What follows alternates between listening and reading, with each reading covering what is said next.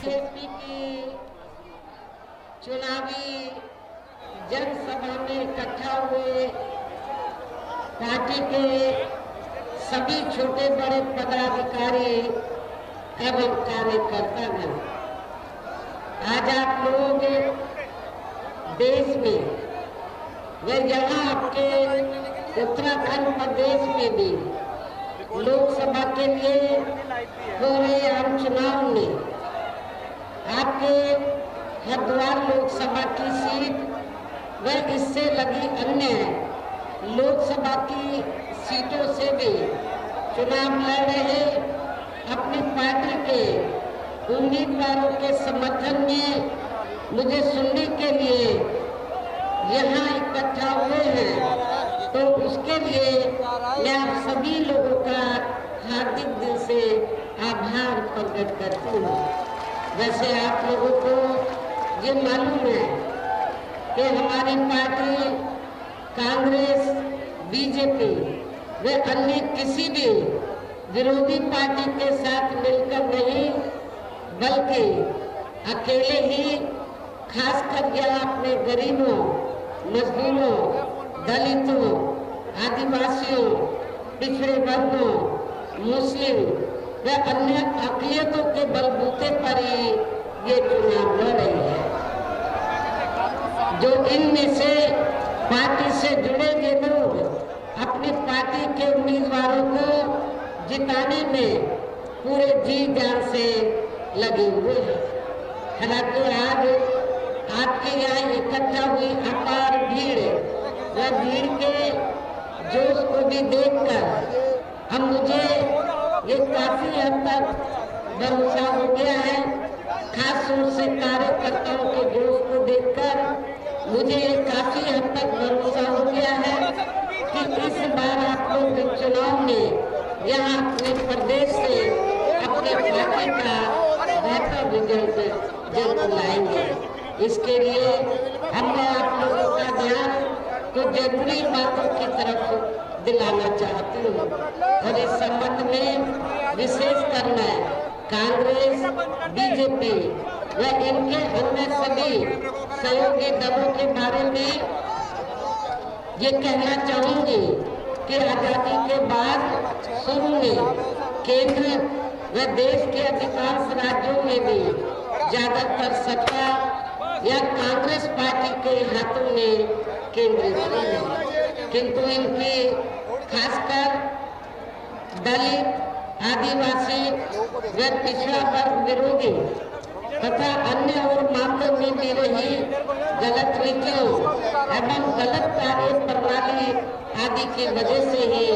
फिर इस पार्टी को केंद्र व काफी राज्यों की भी सत्ता से बाहर होना पड़ा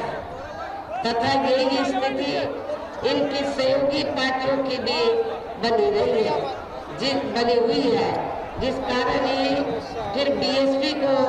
हमें बनाने की जरूरत पड़ी है। और अब पिछले कुछ वर्षों से बीजेपी एवं इनके सहयोगी दल केंद्र में अधिकांश राज्यों की भी सत्ता में काबिज हो गए हैं। साथ ही इनकी भी ज्यादातर रही जातिवादी, पूंजीवादी, संकीर्ण, सांप्रदायिक व द्वेषपूर्ण नीतियों एवं कार्य प्रणाली आदि से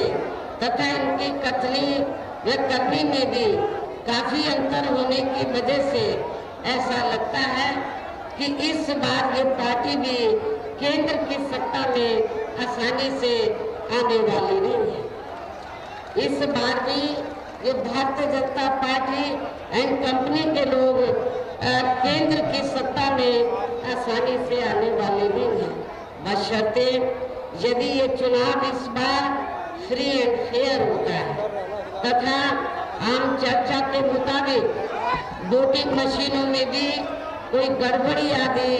नहीं की जाती है। और वैसे भी इस बार चुनाव में इनकी कोई भी पुरानी व नई चल रही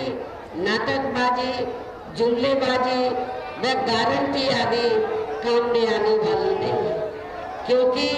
अब देश की जनता काफी हद तक इस बात को समझ चुकी है कि इनकी पार्टी ने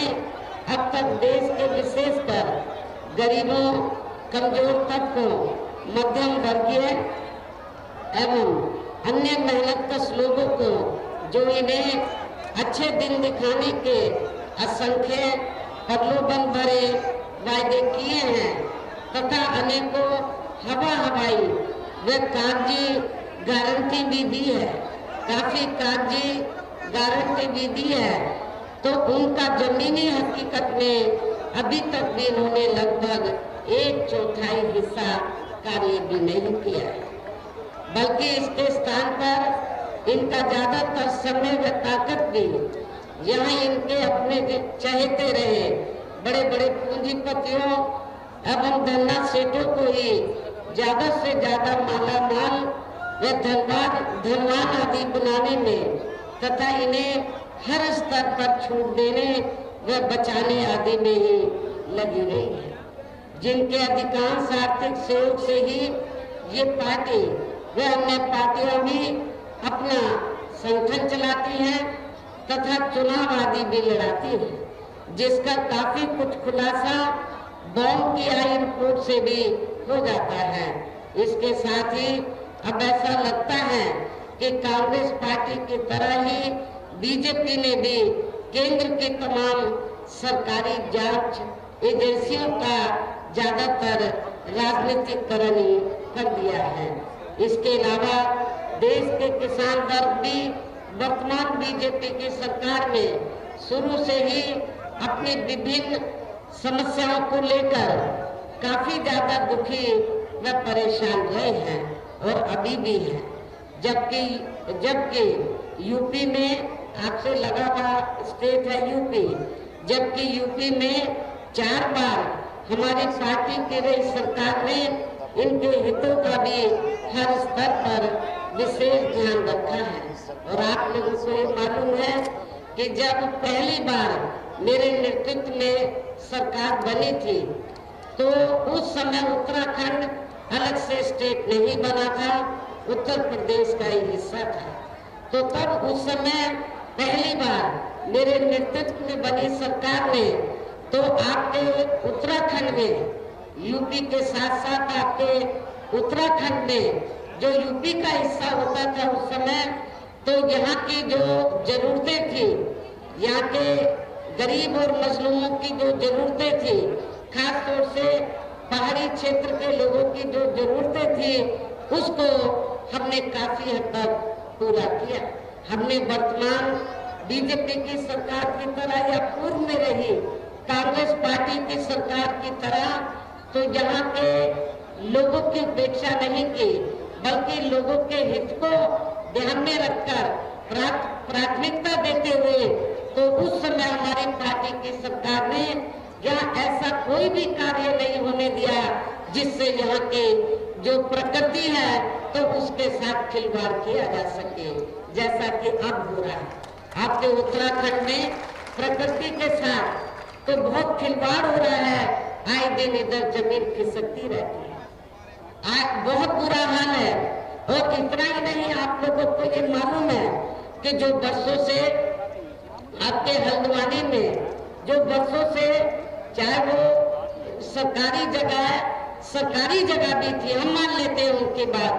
जो बरसों से लोग उधर खास तौर से मुस्लिम भाई हमारे वहां पर बसे हुए थे,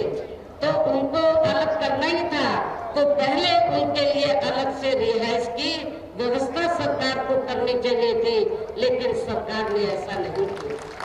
खास तौर से वीकर सेक्शन माइनॉरिटीज के साथ काफी यहाँ पर सोतेला रवैया अपनाया जा रहा है, लेकिन जब उत्तराखंड यूपी का हिस्सा होता था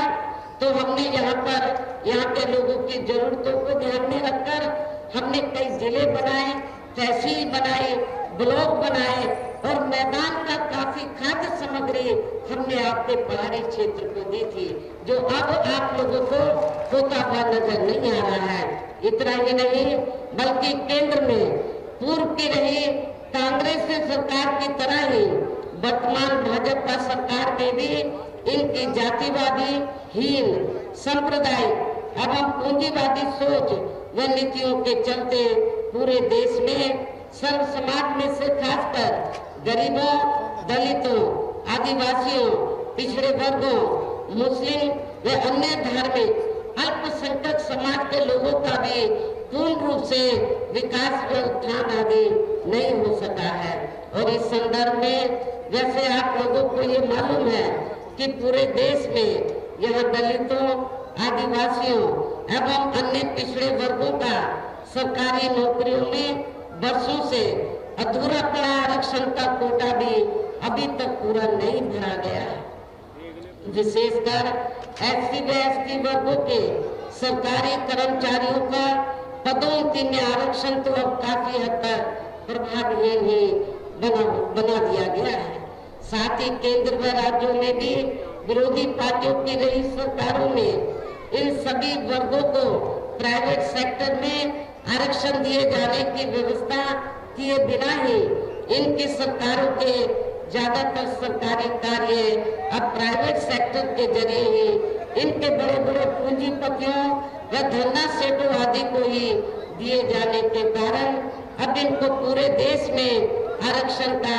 बहुत कम ही लाभ मिल पा रहा है। इसी प्रकार इनका अन्य और मामलों में भी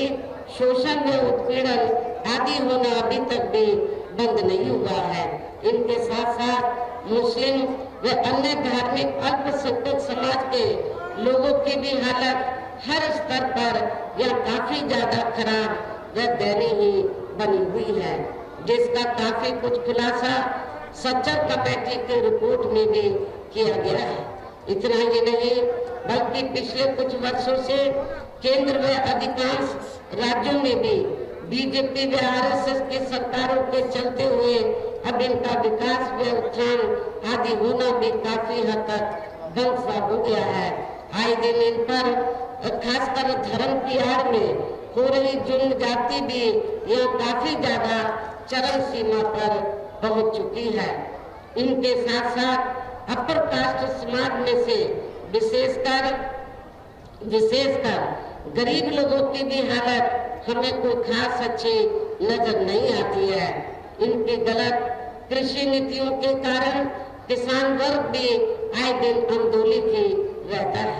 साथ ही इनकी गलत आर्थिक नीतियों की वजह से देश की अर्थव्यवस्था पर भी इसका काफी बुरा प्रभाव पड़ रहा है, जिससे यह विशेषकर छोटे एवं मध्यम वर्गीय व्यापारी वर्ग भी काफी ज्यादा दुखी व परेशान है। और अब केंद्र में पूर्व की रही सरकारों की तरह ही वर्तमान भाजपा सरकार ने भी यहाँ पूरे देश में गरीबी, बेरोजगारी एवं महंगाई आदि भी काफी ज्यादा बढ़ रही है। देश में हर स्तर पर फैला भ्रष्टाचार भी अभी तक कम नहीं हुआ है। साथ ही अपने देश की सीमाएं अभी तक भी पूरे तौर से सुरक्षित नहीं है। ये भी बड़ी चिंता की बात है।